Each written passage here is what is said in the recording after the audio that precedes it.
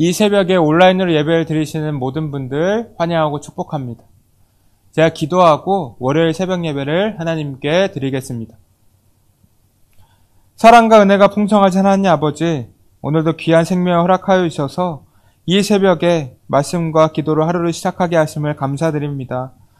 주님, 저희가 예배를 드릴 때 마음을 다하고 힘을 다하고 뜻을 다해 주님께 영광을 돌릴 수 있도록 인도하여 주시기를 원합니다. 언제나 주를 향한 마음이 변치 않도록 인도하여 주시고 늘 주님 안에 거하게 하셔서 삶 속에서 저희들이 주님의 자녀로서 온전하고 거룩한 삶을 살 수 있도록 함께하여 주시옵소서. 이제 말씀을 듣습니다.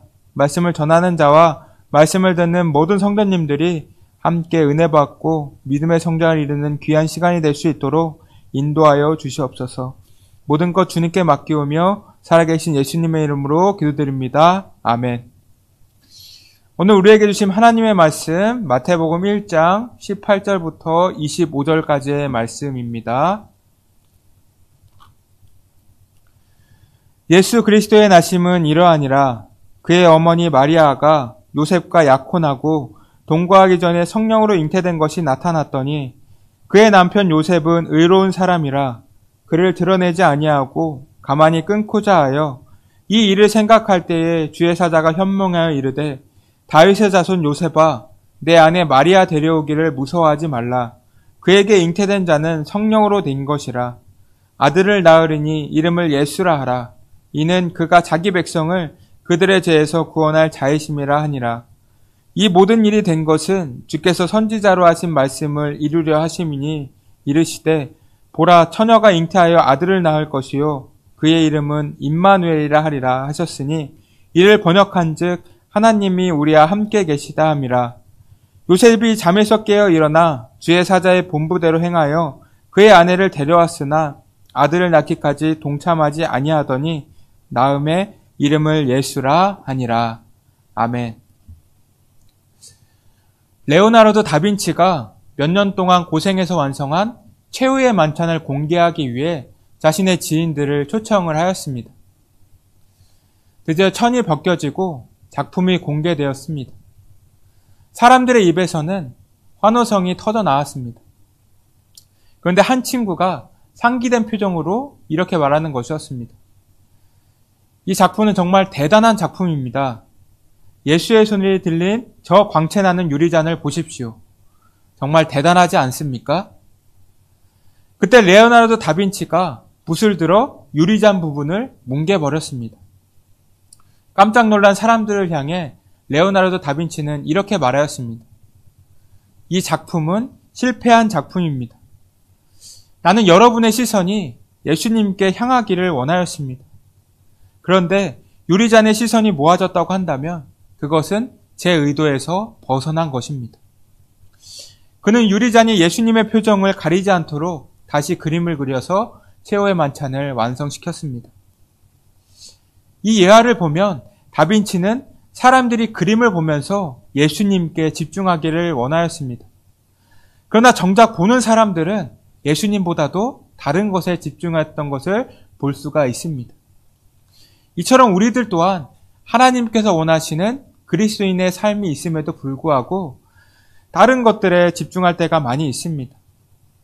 오늘 본문에서는 예수님의 아버지인 요셉이 나오는데 요셉은 하나님께서 원하시는 본질에 초점을 맞춘 사람입니다. 그것을 말씀을 통해 나누도록 하겠습니다. 이스라엘의 나사렛에 가보면 마리아 수태고지 기념교회라고 해서 마리아가 예수님을 잉태한 것을 기념하여 세워진 교회가 있습니다. 이 마리아 수태고지 교회를 나와서 조금만 올라가면 요셉교회라고 하는 작은 교회가 나옵니다. 수태고지 교회에 비해서 이 요셉교회는 그렇게 웅장한 느낌이라든지 아름답다고 할 만한 것들은 없습니다. 이 교회는 요셉이 집과 목수의 일을 했던 작업장에 있었던 곳이라 여겨지는 유적터 위에 새겨진 교회입니다. 그래도 이 교회의 특색이라고 할 만한 점은 이 교회 앞에 세워진 동상의 모습입니다. 제가 사진을 한 장 보여드리도록 하겠습니다. 이 동상은 바로 요셉의 동상입니다. 이 동상을 보시면 요셉이 지팡이를 이고 고민하는 모습이 보입니다. 요셉은 무엇을 이렇게 심각하게 고민하는 것일까요? 요셉은 오늘 본문에서 의로운 사람이라고 하는 수식어가 붙은 사람입니다. 성경에서 의롭다고 하는 것은 삶의 모든 영역에서 하나님의 뜻에 맞게 사는 것을 의미합니다. 쉽게 말해 하나님의 뜻대로 하나님의 백성답게 거룩하게 살아간다는 것입니다. 그만큼 요셉은 율법을 잘 지키는 사람이었으며 하나님의 백성답게 살아가는 사람이었을 것입니다. 그러나 그는 큰 고민에 빠지게 됩니다. 이 요셉은 마리아와 정혼을 한 사이였습니다. 옛 이스라엘에서의 정혼은 오늘날의 약혼보다도 더 엄숙하고 법적인 결합을 의미하는 것이었습니다.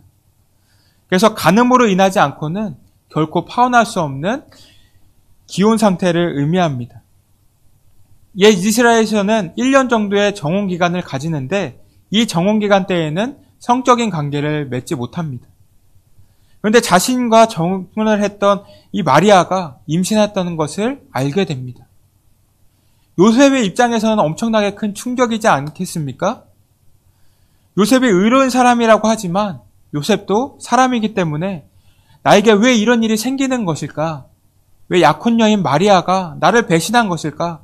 이런 고민들이 있었을 것입니다. 이 상황에서 요셉이 선택할 수 있는 선택지는 두 가지였습니다. 첫 번째로는 율법에 기록된 대로 약혼녀 마리아의 임신 사실을 공개적으로 폭로해서 돌에 맞아 죽게 하는 것이었습니다. 율법에서는 간음한 여인을 돌로 쳐 죽게 하는 법이 있는데 하나님의 공동체 안에서 이러한 죄가 더 이상 발생하지 않게 만들려고 한 제도입니다. 두 번째 선택지는 마리아에게 이혼 증서를 써주고 헤어지는 것입니다. 이혼 증서에 대해 신명기 24장 1절은 다음과 같이 기록하고 있습니다. 사람이 아내를 맞아여 데려온 후에 그에게 수치되는 일이 있음을 발견하고 그를 기뻐하지 아니하며 이혼 증서를 써서 그의 손에 주고 그를 자기 집으로 내보낼 것이요. 이 두 가지 선택지 사이에서 요셉은 심히 괴로웠을 것입니다. 요셉은 유대인이기 때문에 이러한 간음죄에 대한 법을 너무나도 잘 알고 있었습니다.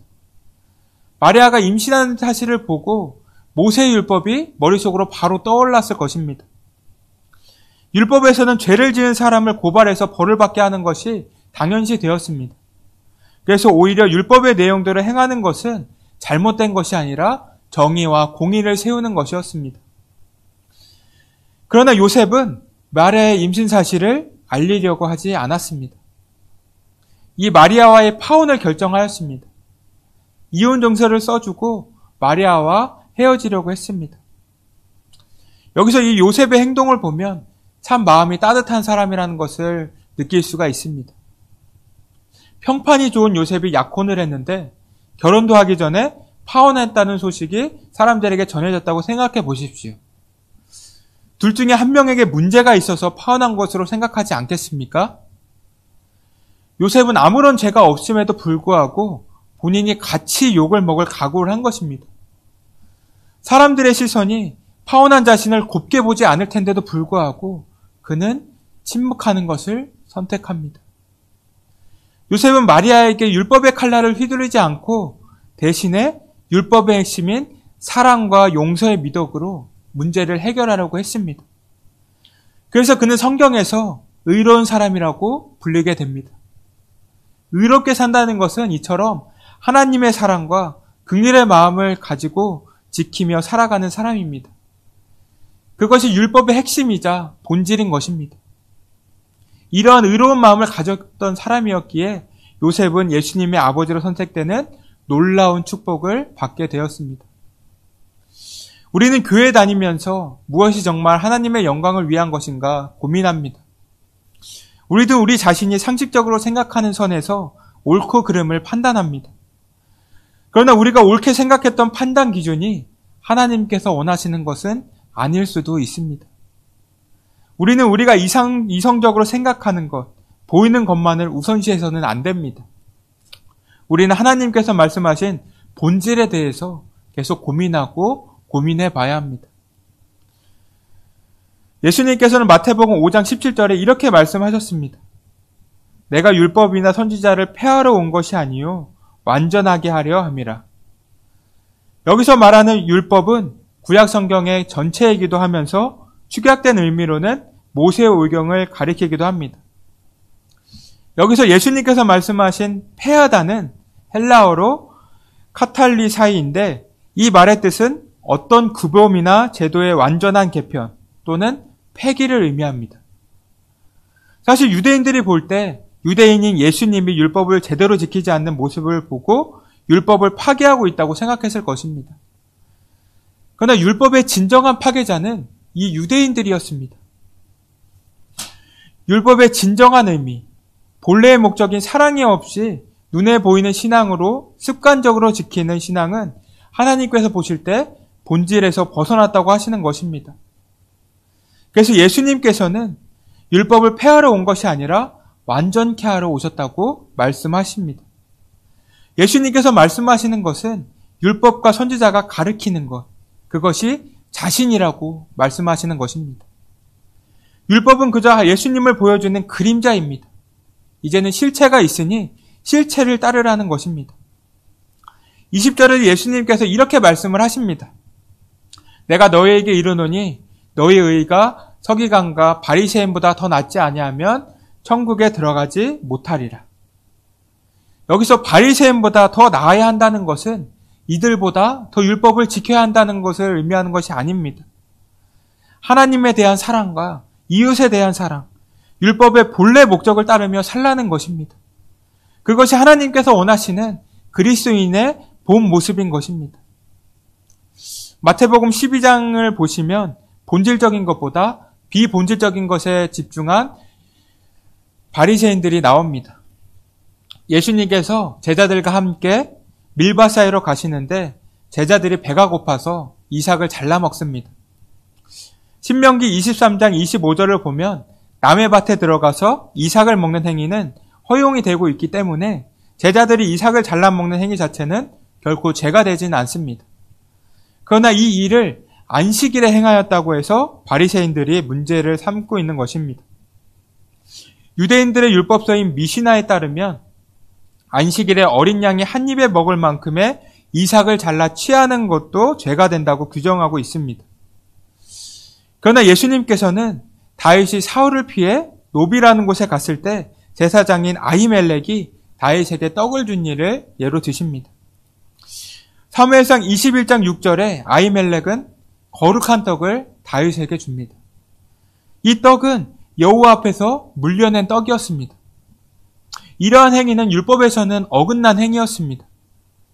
레위기 24장 5절에 따르면 하나님께 드린 떡은 제사장만이 먹을 수 있는 떡이었습니다. 일반인들은 이 떡을 먹어서는 절대로 안 되었습니다. 이 아히멜렉 제사장은 제사장이기 때문에 이러한 율법을 너무나도 잘 알고 있었습니다. 그럼에도 다윗에게 떡을 줍니다. 아히멜렉이 다윗을 긍휼히 여겼기 때문입니다. 다윗은 처음 아히멜렉을 만났을 때 자신이 사울왕의 명령을 받고 이것에 왔다고 거짓말을 합니다.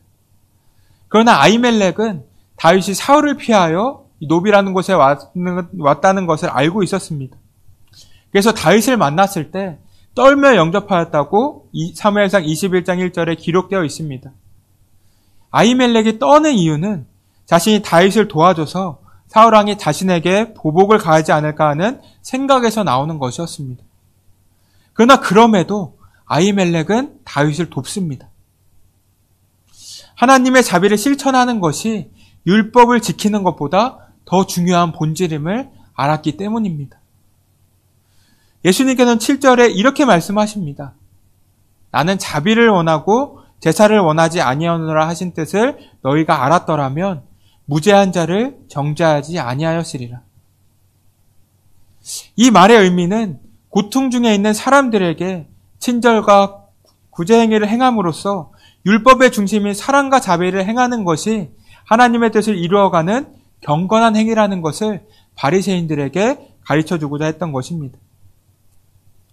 단순히 형식적이고 습관적으로 지키는 무의미한 종교 행위를 지키는 것이 중요한 것이 아니라 사랑의 행위가 율법의 의무보다 더 위에 있다는 것을 말씀을 통해 알려주시는 것입니다. 여러분들께서는 어떠신 것 같으십니까?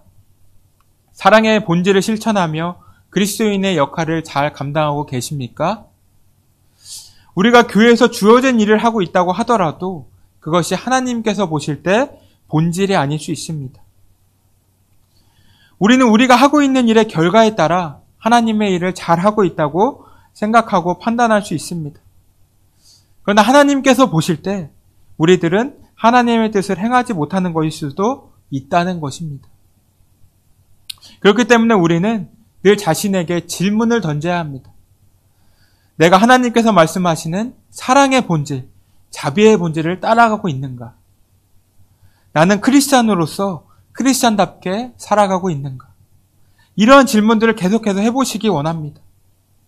교회를 교회답게 세우는 것, 그리스도인답게 사는 것, 이것이 하나님의 자녀로 변화된 우리들이 해나가야 할 과제일 것입니다. 여러분, 우리가 하나님의 자녀로 살아가기 위해서는 눈에 보이는 것들보다 눈에 보이지 않는 사랑의 본질에 초점을 맞추어야 합니다. 요셉은 하나님께서 말씀하신 사랑의 본질, 율법의 본래 목적을 제대로 실천한 사람입니다. 그래서 성경은 그를 의로운 사람이라고 표현하였습니다. 우리 또한 요셉처럼 본질을 제대로 실천하며 나아가서 하나님의 자녀답게, 크리스찬답게 의롭게 살아가시기를 주님의 이름으로 축복합니다. 이 시간 함께 기도하기를 원합니다. 첫 번째로는 코로나로 고통받고 어려움을 겪는 분들을 위해서 기도해 주시고, 두 번째로는 우리 교회 연로하신 분들과 환우분들의 건강을 위하여 기도해 주시기 바랍니다. 마지막 세 번째로는 우리 다음 세대들의 믿음의 성장을 위하여 기도해 주시면 감사하겠습니다. 제가 기도하도록 하겠습니다.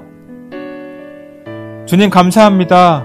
오늘도 귀한 날 허락하여 주셔서 요셉에 대하여 말씀을 나누게 하심을 감사드립니다. 주님, 저희가 요셉처럼 의로운 사람이 되기 원합니다. 요셉이 주님께서 원하시는 사랑에 초점을 맞춘 것처럼 저희 또한 사랑의 마음으로 나아가기 원합니다. 저희들의 눈이 지금까지는 비본질적인 것에 집중하였다면 다시 주님께 눈을 돌려 사랑의 본질을 회복하기 원합니다. 주님이 저에게 하셨던 사랑을 마음속 깊이 늘 생각하며 하나님을 사랑하고 이웃을 사랑하는데 모든 마음을 쏟을 수 있도록 인도하여 주시옵소서. 그래서 크리스찬답게 하나님의 자녀답게 의롭게 나아갈 수 있도록 저희와 함께하여 주시옵소서. 이 모든 말씀 살아계신 예수님의 이름으로 기도드립니다. 아멘.